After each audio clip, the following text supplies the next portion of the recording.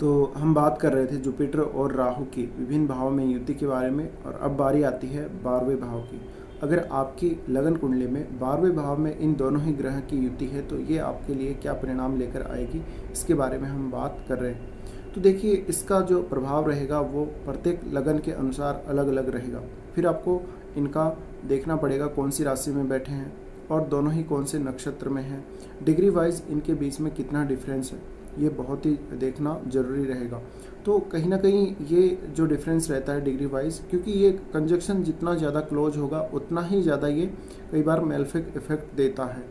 और इनमें से ऐसा है कि एक ग्रह अगर पावरफुल होगा तो यहाँ पर दूसरा ग्रह वो कमज़ोर हो जाएगा, क्योंकि जिन राशियों में जुपिटर पावरफुल होगा उन राशियों में राहु पावरफुल नहीं होंगे।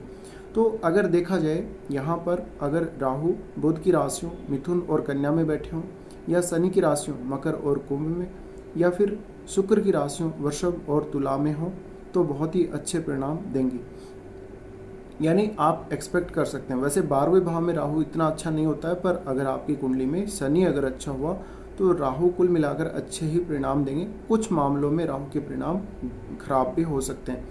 अब जुपिटर की अगर बात की जाए तो जुपिटर अपनी दोनों ही राशियों धनु और मीन में, इसके अलावा ये मेष राशि में, सिंह राशि में, और ये आपके लिए शनि की राशि कुंभ में भी अच्छे परिणाम देंगे। साथ में ये 4 नंबर राशि कर्क में होने पर भी अच्छे परिणाम देंगे।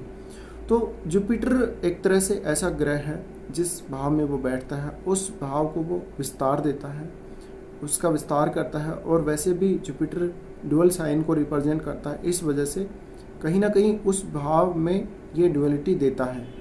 दूसरा, यहाँ पर जुपिटर है वो उस पर्टिकुलर हाउस में कई बार रिजल्ट थोड़ा लेट देता है या थोड़ा रुक के देता है।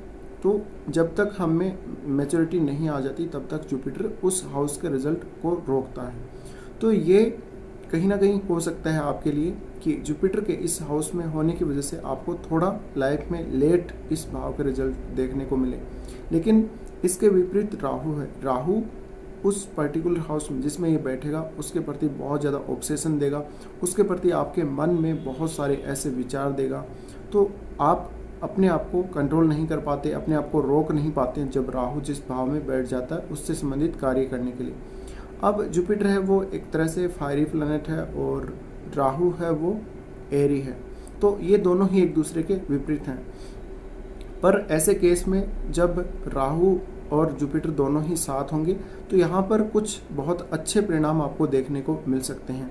अगर आपकी कुंडली अच्छी है और कुंडली में सपोर्ट है, अगर ग्रहों का अच्छा सपोर्ट है, दूसरे ग्रह काफ़ी अच्छे बैठे हैं, तो ऐसे जातक का ये देखा गया है कि ये फॉरेन टूर बहुत बार करते हैं लाइफ में, और कई बार इनको कुछ परेशानियाँ भी आती हैं हेल्थ की वजह से।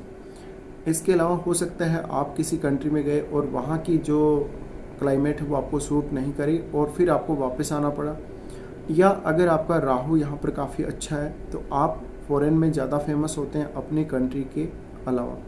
और अपनी कंट्री को छोड़कर आपका हो सकता है जब भी आपका जुपिटर या राहु जब भी स्टार्ट हुआ तो आपके ऐसे चांस बनने लगते हैं जब आप फॉरेन टूर करने वाले होते हैं। साथ में ये युति काफ़ी ज़्यादा इंट्यूशन पावर देगी, काफ़ी ज़्यादा स्पिरिचुअल आपको चीज़ों की तरफ लगाव देगी। आप बहुत ज़्यादा एक तरह से कहें तो बहुत ज़्यादा रुचि लेने लगेंगे स्पिरिचुअल कार्यों में, और इस वजह से आपको कहीं ना कहीं ये मोक्ष प्राप्ति की ओर भी ले जाती है। लेकिन राहु यहाँ पर मोक्ष प्राप्ति में कई बार बाधा बनते हैं, क्योंकि राहु ऐसा ग्रह है जो मोक्ष प्राप्ति नहीं देता है, केतु देते हैं मोक्ष प्राप्ति।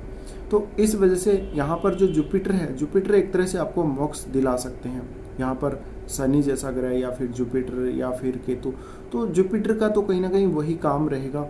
लेकिन राहु के ज़्यादा पावरफुल होने की वजह से आप फॉरेन टूर करेंगे, फॉरेन यानी भूमि से आपका बहुत ज़्यादा लगाव रहेगा, और आपके जितने भी कॉन्टेक्ट्स होंगे वो फॉरेन के ज़्यादा हो सकते हैं। अब ये जो इफ़ेक्ट है इन दोनों का वो काफ़ी मेलेफिक माना जाता है, और इन दोनों के 12वें हाउस में बैठने से आपको हो सकता है बहुत सारी परेशानियां मैरिड लाइफ में देखने को मिले। लेकिन फिर भी अगर आप बहुत ज़्यादा पूजा पाठ करते हैं, स्पिरिचुअल होना चाहते हैं, उपासना या कोई सिद्धि ऐसे कुछ प्राप्त करना चाहते हैं, तो आपको धार्मिक रूल्स को फॉलो करना चाहिए। हमेशा पूजा पाठ या कोई सिद्धि की तरफ आपको ध्यान रखना चाहिए। अब ऐसे केस में जुपिटर और राहु दोनों ही जब यहाँ पर अच्छी तरह बैठे होते हैं तो आपको काफ़ी ज़्यादा इंट्यूशन पावर देंगे और कुछ होने वाली घटनाओं का आपको पहले ही पता लग जाएगा। कुछ ऐसी घटनाएं जो आपके जीवन में घटी हैं उनका आपको पहले आभास हो जाएगा, या फिर आपको फ्यूचर में होने वाली घटनाओं का भी कई बार हमें आइडिया हो जाता है। तो ऐसे केस में ये दोनों ही ग्रह कई बार आपको काफ़ी अच्छे रिजल्ट भी देते हैं। साथ में आपको अगर फॉरेन टूर नहीं भी हुआ तो आपको अपनी ही कंट्री में फॉरेन से जुड़ना होता है, यानी कोई ना कोई ऐसा काम आपका स्टार्ट होता है कि आप फॉरेन से पैसे कमाते हैं। साथ में यहाँ पर राहु है तो निश्चित ही हम कह सकते हैं कि आपका फॉरेन टूर तो हो ही सकता है, साथ में आपका अच्छा फॉरेन सेटलमेंट हो सकता है। दूसरा, यहाँ पर अगर राहु बहुत ही ज़्यादा खराब हो गए तो आपको जेल यात्रा तक करनी पड़ सकती है, लेकिन जुपिटर साथ हैं तो वो आपको सेव करने की कोशिश करेंगे, वो कहीं ना कहीं बचाने की कोशिश करेंगे और आपको दंडित होने से बचाएंगे। तो इनका जो कम्बिनेशन है, इनका जो कंजक्शन है, वो एक तरह से काफ़ी ज़्यादा यहाँ पर 12वें हाउस में एक दूसरे से प्रभावित होगा, और जो भी ग्रह आपके 12वें हाउस को देख रहे हैं आपकी कुंडली में उनसे बहुत ज़्यादा प्रभावित होगा। पर फिर भी हम कह सकते हैं ऐसे जातक, क्योंकि जुपिटर है वो धन को रिप्रेजेंट करते हैं, तो आपका खर्चा बहुत ज़्यादा हो सकता है। आप जब भी खर्चा करने पे आएंगे बहुत ही ज़्यादा खर्चा करेंगे, और ऐसी स्थिति में आप कई बार पैसे की कमी लाइफ में महसूस कर सकते हैं। साथ में जुपिटर जीवात्मा को दिखाता है और ये एक तरह से आत्मा का रिफ्लेक्शन है। तो यहाँ हो सकता है कि आपकी हेल्थ को लेके बहुत सारे ऐसे इश्यूज क्रिएट हो जाएं और साथ में आपको ऐसी कोई बीमारी हो जाए जिसका बहुत जल्दी पता ना लगे।